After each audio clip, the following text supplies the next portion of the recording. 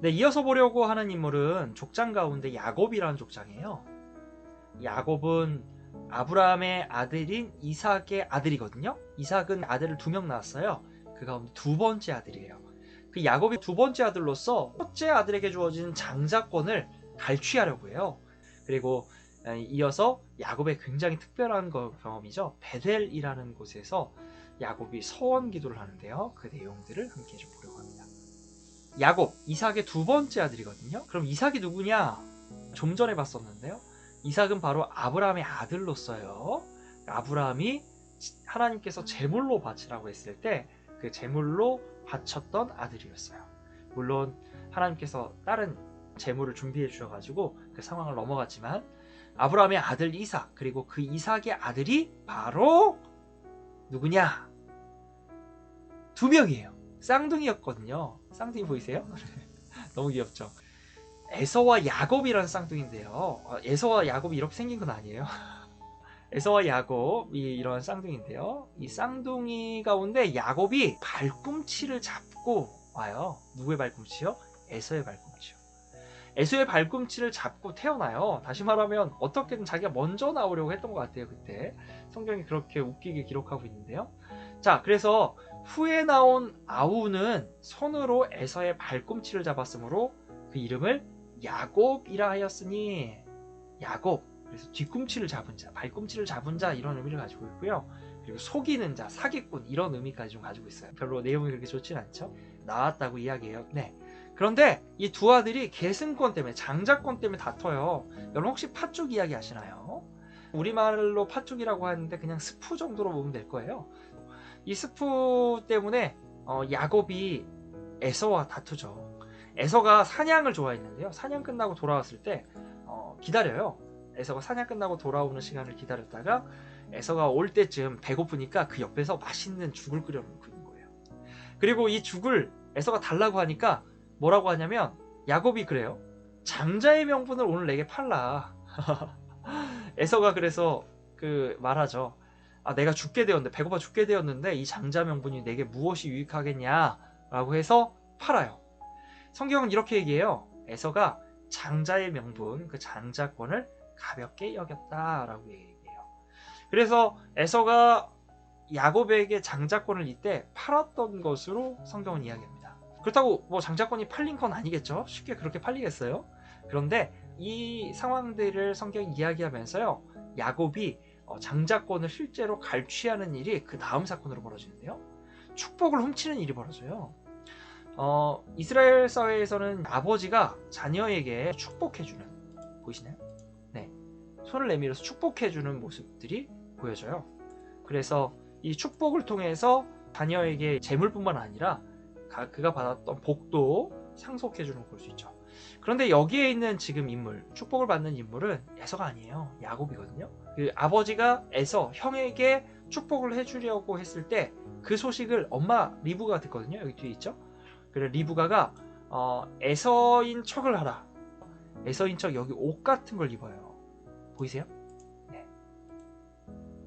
여기에 털옷을 입거든요. 이렇게 털옷을 입어서 만졌을 때에 에서가 털이 많은 자였는데 야곱이 눈이 조금 시력이 안 좋아지는 시점에 야곱이 에서처럼 이제 털옷을 입어서 아버지가 만졌을 때 에서인 것처럼 이제 연기를 하는 거죠. 그래서 거짓말을 하고 어떻게 하냐? 축복을 훔칩니다. 그 결과 에서가 엄청 화가 나요. 그래서 이때부터 에서가 야곱을 엄청 미워하거든요. 내가 내 아우를 죽이리라 라고 해요. 에서의 아버지인 이삭이 죽을 때쯤 되니까 이제 좀만 기다렸다가 내가 아우를 죽일 거다 라고 해서 에서가 이제 야곱을 죽이고자 하는데요. 이 분위기를 보고 엄마가 야곱을 외삼촌 집으로 도망가게 해요. 그런데 이 에서에게 죽임을 당할 것 같은 두려움을 얻게 된 게 야곱이 장자권을 계속적으로 욕심을 내고 훔치려고 했었어요. 팥죽 사건도 있었고요. 그리고 진짜로 아버지의 축복을 받았을 때 야곱이 그 축복을 독식하면서요, 에서가 축복을 못 받은 거예요. 그것 때문에 에서가 화가 많이 나서 죽이려고 하니까 야곱이 장자권 때문에 도망가는 일이 발생되는 거죠. 그런데 이 두려움은 야곱이 도망간 이후 되게 오랫동안 지속돼요.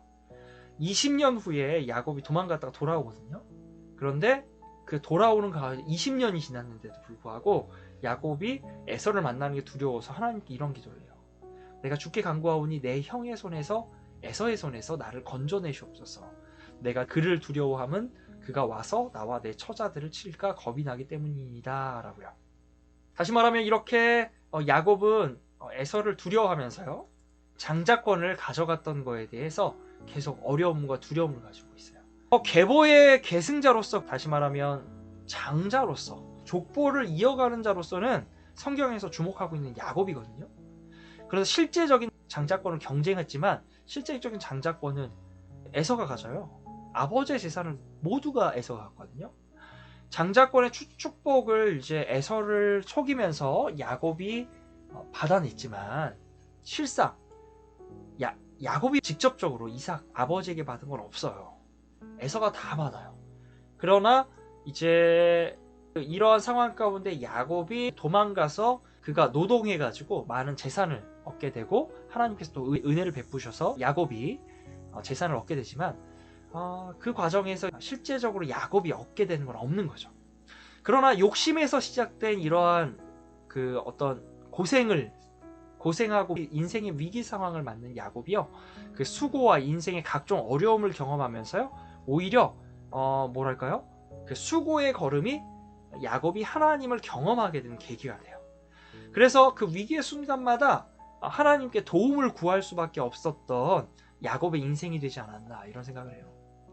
반면에 아버지의 어마어마한, 할아버지로부터 비롯된 어마어마한 재산을 상속받은 에서는요, 굉장히 형통한 삶, 편안한 삶을 살거든요. 그 가운데 에서가 하나님과 직접적인 관계에 있는 삶의 경험을 하지 못해요. 이 부분들을 볼 때에 우리는 한번 생각해 볼 수 있는 거죠. 어떤 족장시대라는 것이 그 정처 없이 떠도는 그 생활이 결국에는 인생에 다가오는 여러 위기 상황과 어려움과 수고 가운데에 하나님을 더욱 의지하게 하는 상황을 만드는 것은 아닌가, 이런 부분들을 볼 수 있고요. 대표적으로 족장 가운데 야곱이 그 순간순간 하나님을 경험했던 사람으로 볼 수 있는 거죠. 그래서 도망가는 야곱의 모습을 보면요, 도망가는 야곱이 특별한 경험을 해요. 요 사진 혹시 보이시나요? 이쪽에서 야곱이 자고 있고요, 아래에서 자고 있고 사닥다리가 보이고 그 위에 천사들이 오르내리고 있는 모습을 볼 수 있어요. 이 그림에는 언급되지 않았는데 여기에 이제 빛나는 광채를 가지신 어떠한 분이 등장하는데, 천국으로 이뤄지는 사닥다리로 이해하고요. 이곳에서 이제 하나님의 집을 보았다라고 이야기해서 야곱이 이곳을 베델이라고 얘기해요. 우리 이 찬양 아시죠? 내 고생하는 거리에 야곱이 돌베개 베고자 갔습니다. 이 말씀, 내 주를 가까이 하게 함은 찬송가 338장인데요. 이 찬송가의 배경으로 나오는 야곱의 고생이에요. 그런데 이 장면에서 이 고생하는 가운데에 야곱이 만나는 건 하나님인 거예요. 야곱이 그래서 아침에 일찍 일어나 이곳 자기의 꿈 가운데 잠을 자고 있을 때, 돌베개를 베면서 잠을 자고 있을 때 봤던 환상, 그 환상의 자리, 장소, 이곳을 베델이라고 이름하는데요. 베델이 무슨 뜻이냐? 벳은 집이고요, 엘은 하나님이에요. 그래서 베델은 하나님의 집이라는 말이거든요. 이곳이 바로 하나님의 집이구나 라고 야곱이 경험했던 거예요. 그래서 이곳을 베델로 삼으면서 내가 혼자서 고향을 떠나서 길도 알지 못하는 상태에서 나를 죽이려는 형을 피해서 도망가고 있는데요, 그때 하나님의 집을 환상 중에 보면서 하나님께서 나와 함께 하시는구나 라는 이러한 영적인 경험을 하는 거죠. 그래서 야곱은 이 자리에서 기도해요. 하나님과의 계약적인 기도, 서원을 하는데요. 하나님 이렇게 해주시면 제가 이렇게 할게요 라는 기도가 이제 야곱이 하는 기도인데요. 이 서원의 내용을 보면요, 한번 말씀을 읽어볼게요. 야곱이 서원하여 이르되 하나님이 나와 함께 계셔서 내가 가는 이 길에서 나를 지키시고 먹을 떡과 입을 옷을 주시어 내가 평안히 아버지 집으로 돌아가게 하시오면 여호와께서 나의 하나님이 되실 것이요 내가 기둥으로 세운 이 돌이 하나님의 집이 될 것이요 하나님께서 내게 주신 모든 것에서 10분의 1을 내가 반드시 하나님께 드리겠나이다.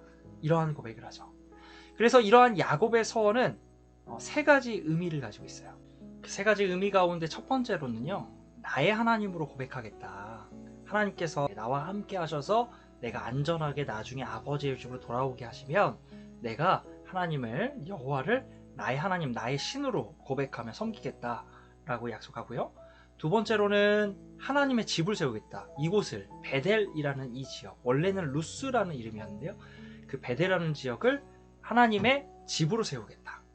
곧 성전 제단으로 세우겠다 라고 말하고요. 세 번째로는 이제 모든 것의 10분의 1을 하나님께 드리겠다, 이렇게 말하는 거죠. 그래서 모든 것의 11조를 하나님께 드리면서 나의 모든 것이 하나님께 바쳐지는, 내가 이제 나의 소유로 하나님을 섬기겠다라는 이러한 결단을 하면서 야곱의 이러한 결단들이 베델 사건을 통해서 이루어집니다. 야곱이 이렇게 하나님과 약속하고 그의 어려운 인생길을 걸어가면서 위기가 다가올 때마다 이 계기로 하나님을 의지하게 돼요. 저는 족장시대의 가장 큰 의미, 신앙적인 의미가 있다면 바로 야곱이 보여주고 있는 이런 모습이 아닐까 싶은데요. 야곱이 그렇게 윤리적인 인물도 아니고요. 야곱이 그렇게 훌륭한 인격을 가진 인물도 아니에요. 그런데 하나님께서 야곱을 통해서 계속해서 그의 인생 가운데 개입하시고 또 족장의 계보를 잇는 사람으로 세우시거든요. 장자가 아니었음에도 실질적인 장자권인 이제 재산이나 소유를 직접적으로 아버지께 받지 못했는데도 성경에서는 야곱을 통해서 하나님께서 믿음의 세대를 계속 이어가세요. 그 부분을 볼 때 야곱을 주목할 만한 부분은 야곱이 걸어가는 그 수고로운 인생 가운데 계속해서 하나님을 의지하고 있었다는 사실이에요. 그리고 그가 하나님을 직접적으로 의지하지도 않았어요. 하나님께서 그를 위기 가운데 던졌을 때 그가 그때 하나님을 찾아요. 대표적으로 베델에서 하나님께 약속했잖아요. 내가 하나님을 나의 하나님으로 섬기겠습니다. 그리고 이곳을 하나님의 제단, 성전으로 세우겠습니다. 그리고 나의 10분의 1, 11조를 드리겠습니다. 라고 약속했는데 야곱이 다 까먹고 있다가요. 그가 세겜이라는 지역에 살고 있었는데요. 세겜이라는 지역에서 그 장성한 자녀들과 더불어 살고 있었는데 그의 딸 한 명, 유일한 딸 한 명이 세겜에 있는 마을 사람들한테 성폭행을 당해요. 그리고 나서 그 야곱의 아들들이 가서 그 세겜의 마을 사람들을 다 죽여버리거든요.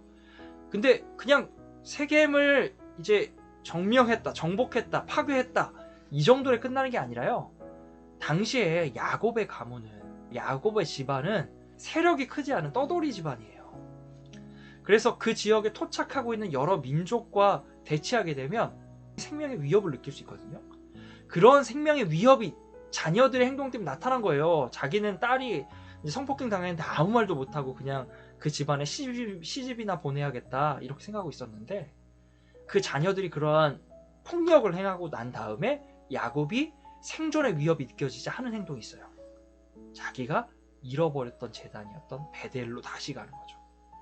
이 부분을 볼 때에 야곱의 인생을 통해, 야곱의 삶의 어떠한 모습을 통해 하나님께서 우리에게 보여주시는 모습, 바로 위기의 순간에 우리가 돌아갈 곳이 무엇이냐, 이것이 아닐까 싶어요. 이런 차원에서 야곱은 족장시대를 살아갔던 인물로 오늘날 우리가 주목할 만한, 그리고 우리에게 참 교훈이 되고 또 우리의 모습과 가장 가까운 인물이 아닌가 싶습니다.